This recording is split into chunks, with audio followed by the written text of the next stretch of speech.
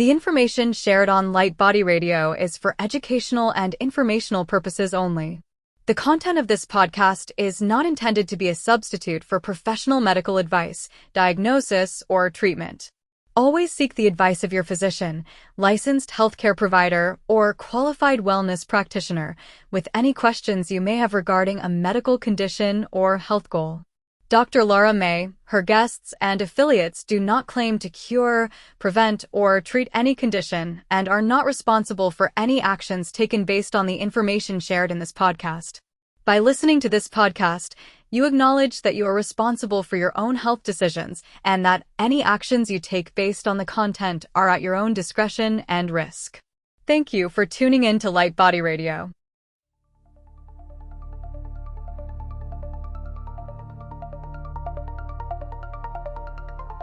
Welcome to LightBody Radio, where science meets soul and healing gets multidimensional.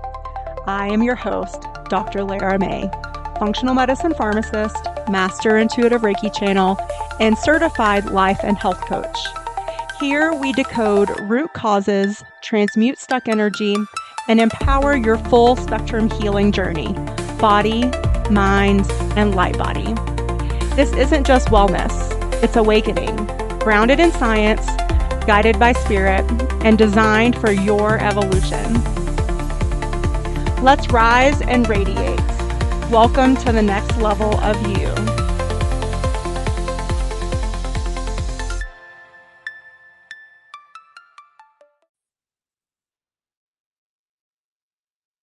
Hello and welcome to LightBody Radio. I'm your host, Dr. Lara May, and today this is another Wellness Illuminated episode where it's just you and me and our cup of teas or coffee having a discussion about a myriad of things, but usually some type of healing in some way, shape, or form.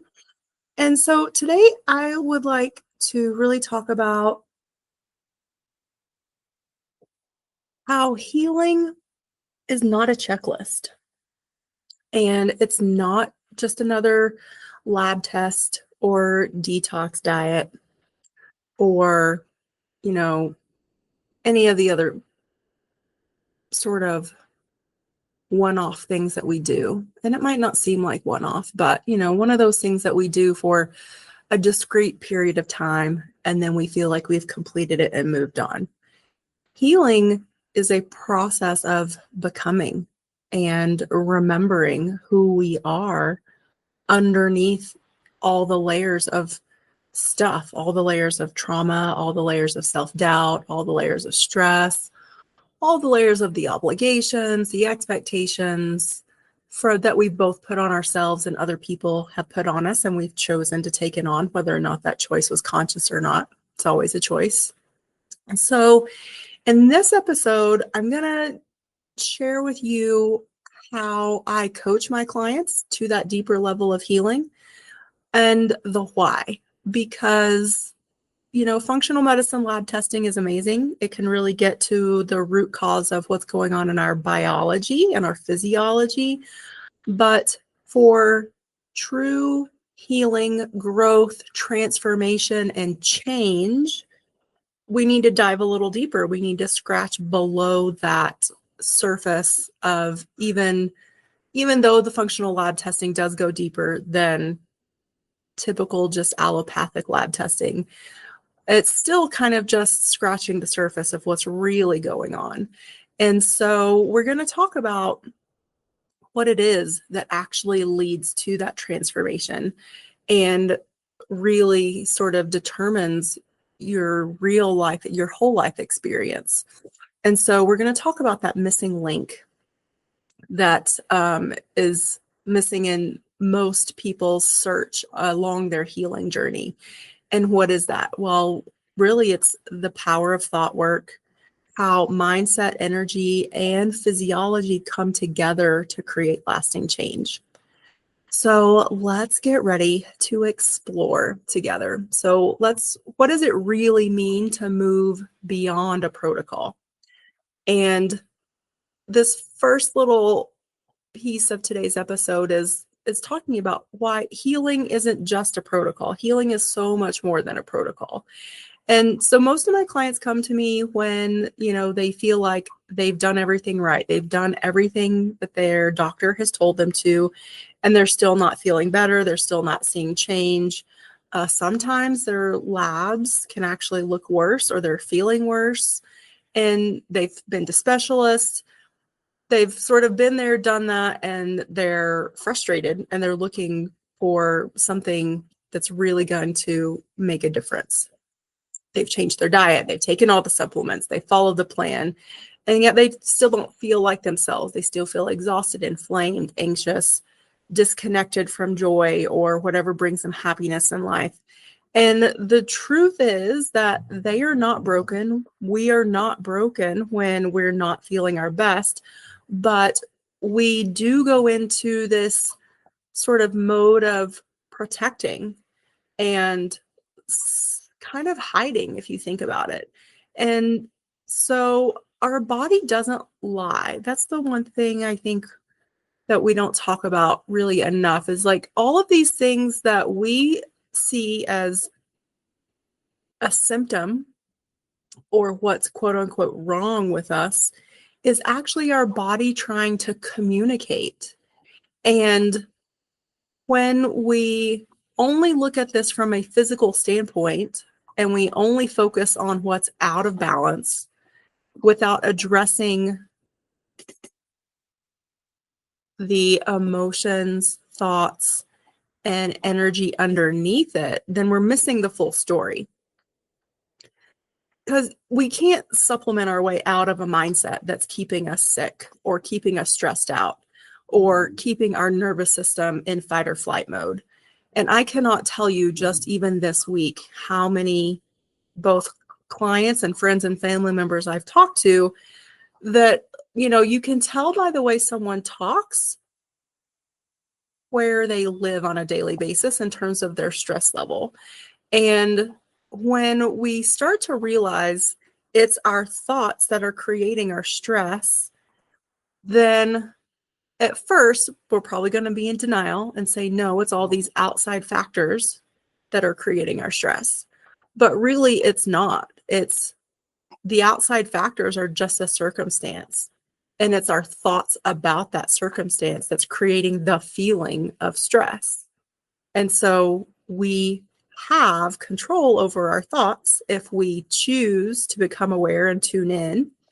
And so I think that's a really important thing to sort of reinforce, is you can't supplement your way out of a mindset that's keeping your nervous system in a state of fight or flight or stress. And you can't detox your way out of old emotional residue that's been, held in your body for years.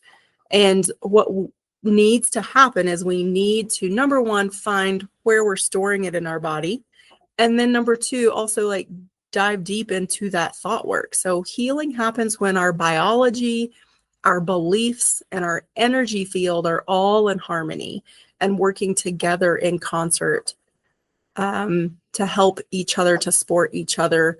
And so the foundation of how I work with my clients is this process of, again, bringing it all together and looking at, you can look at it as individual aspects and pieces, but then understanding that it doesn't happen in a vacuum, and it is all like one thing is definitely affecting the other. So the first piece I want to start with is the mindset piece.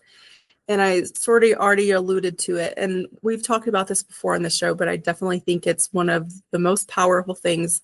So it's definitely worth repeating, is thought work is the mind. So thought work is one of the most powerful and most overlooked healing tools we have. Thought work means consciously observing your thoughts, questioning them, and intentionally choosing new ones or ones that align with who you want to be, who you want to become, and what you want to feel. So just if you remember that your thoughts create your feelings, then you can operate from one direction or the other. You can start with a feeling that you want to feel and then decide which thoughts you'll have to think in order to feel that feeling. Or you can examine your thoughts that you have been thinking that have brought you to where you are and what you want to change about where you are. and what you want to change about how that's making you feel. So, excuse me. Again, so it's this shift of becoming aware. The first steps to any change is always awareness. So every thought you think creates vibration in your body, because every word that is spoken carries its own vibration. So thoughts are no different. And so those vibrations are what we experience as emotions, as those feelings. And so they send the chemical messages and messes through our nervous system, our hormones, and our immune cells. So right away, you can see how your thoughts can specifically affect your biology and how you're feeling physically and emotionally and mentally. So when we change our thoughts, when we become aware of them and we choose to change them, we literally change our biology. So if you wake up every day thinking, I'm broken, I'm never going to get better, I have a disease that's going to be like have treated with medication forever. I had someone say that to me the other day in session. Well, this thing that I have is, requires a lifetime of medication. And I just looked at this person and I questioned it. I said, but does it? Does it really? Like, do you believe in the power of your own body to heal? Do you believe that there is a way beyond this disease state that you're identifying with now?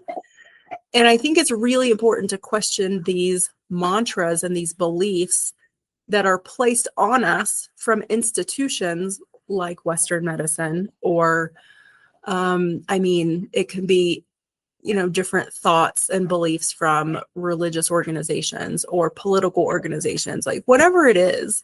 I think we should really question everything and decide for yourself, is this true for me? Because instead of thinking I'm broken, you could be thinking my body is healing. Instead of thinking I'm never going to get better, you could be thinking my energy is shifting every day. And you could also be thinking, I am learning to listen to my body every day, and every way I'm feeling better and getting better and better and moving more towards homeostasis. And so you can start to create this new internal environment where healing becomes possible. So I think it's really important to always question, like, what do you think is possible for you? Because, there's that old saying, and I heard it again just yesterday, if you believe you can or believe you can't, you're right. So those people that believe they can accomplish things or do something, they do it because they believe that they can, and they do. It's the same with people that believe that they can't. People that believe that they can't, they continue down the same path towards the outcome of it not happening, whatever the it is. And so I use a tool called the self-coaching model, and it is simple but very profound. And it allows us to see really the architecture of our mind. And again, like you've heard me talk about it before, but I'm going to bring it up again because it really is so simple but so powerful. So we have circumstances.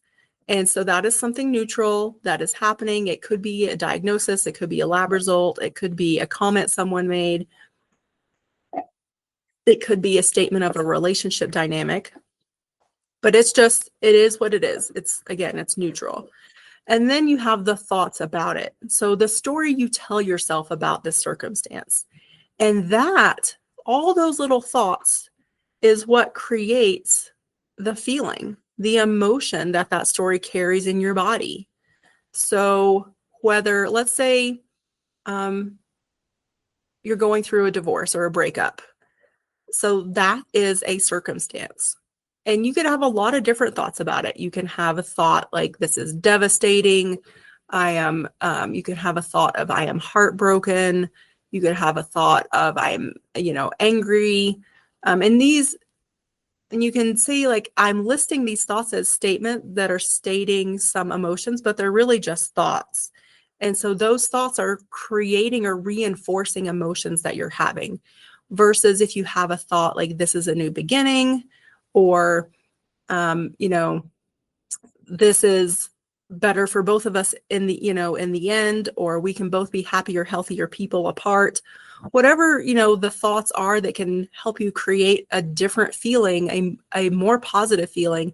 And I'm not asking you to jump from a place of despair to pure joy and elation.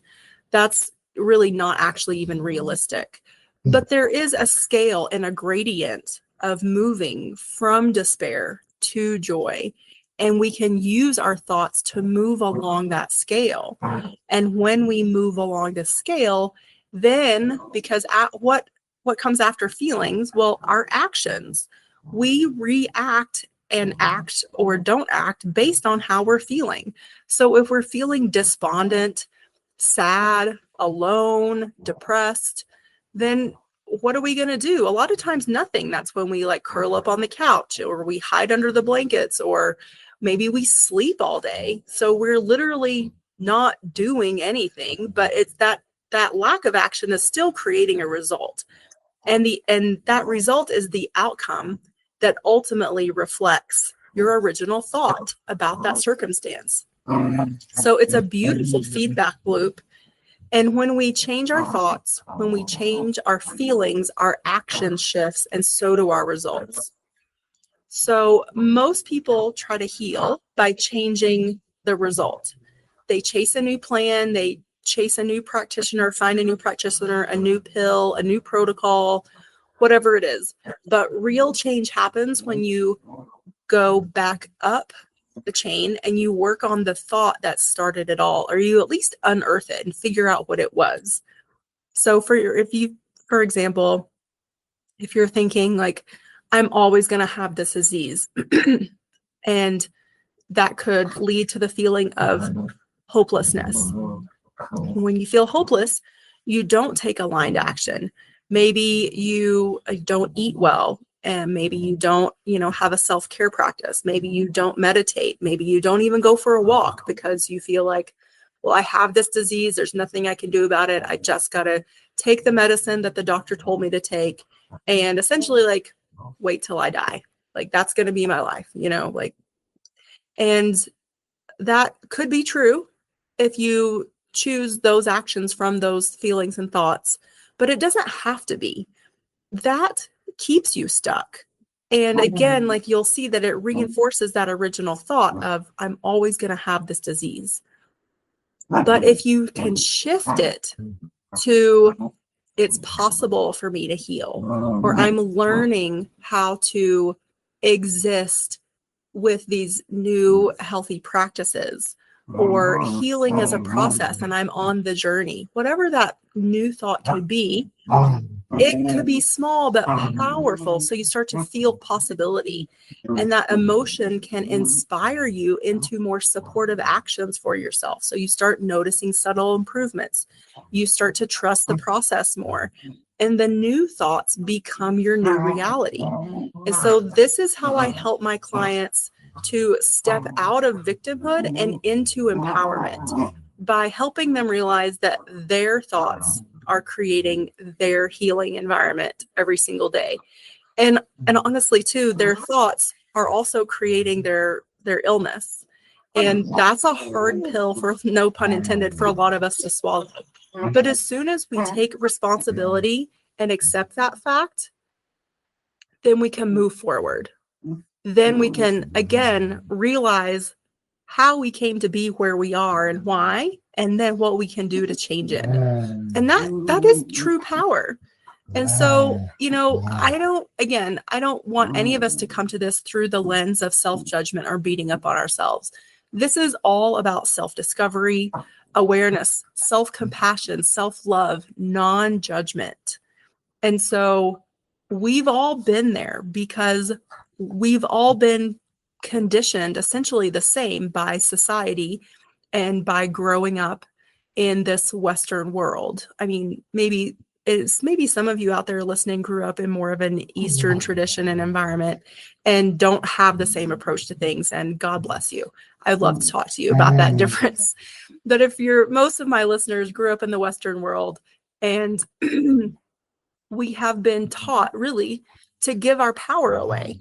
And so when we start to realize that we have created both our illnesses or whatever situation we're in that we don't like, if we actually take responsibility and say, okay, I did have a part in creating this for myself, then that gives you power to then create something new for yourself. And so let's remember that your thoughts are not just ideas. They're energetic frequencies. Your thoughts will turn into beliefs, because a belief is just the thought you keep on thinking and repeating, right? So if you repeat the same thought enough, it becomes a belief. And again, it might not even be true. So it's so important that we question it. So remember that our thoughts are energetic frequencies. Every thought carries a vibration that interacts with your field, your cells, your collective consciousness around you. When you think high frequency thoughts of love and gratitude and trust and worthiness, your energy expands, your nervous system softens, you relax, your mitochondria actually become more efficient at creating the energy that your body needs to function. Your immune system calibrates itself towards healing instead of sickness, towards, de-inflammation instead of amplifying inflammation. But when we think fear-based thoughts, when we are worrying, when we're shaming ourselves or self-criticizing or beating up on ourselves, then our energy contracts. And again, what do? We hide. We go into self-defense mode. Our digestion slows, the inflammation rises, and our cells eventually cannot keep up with that onslaught of self-deprecation and inflammation. So thought work actually is energy work, if you think about it that way. Excuse me. And every time you choose a more empowering thought, you're literally recalibrating your light body to hold a higher vibration of health. And I might have just lost some of you there when I said light body, but just know that the point is that every time you step into the space of doing some thought work, you're helping yourself, you're changing your vibration.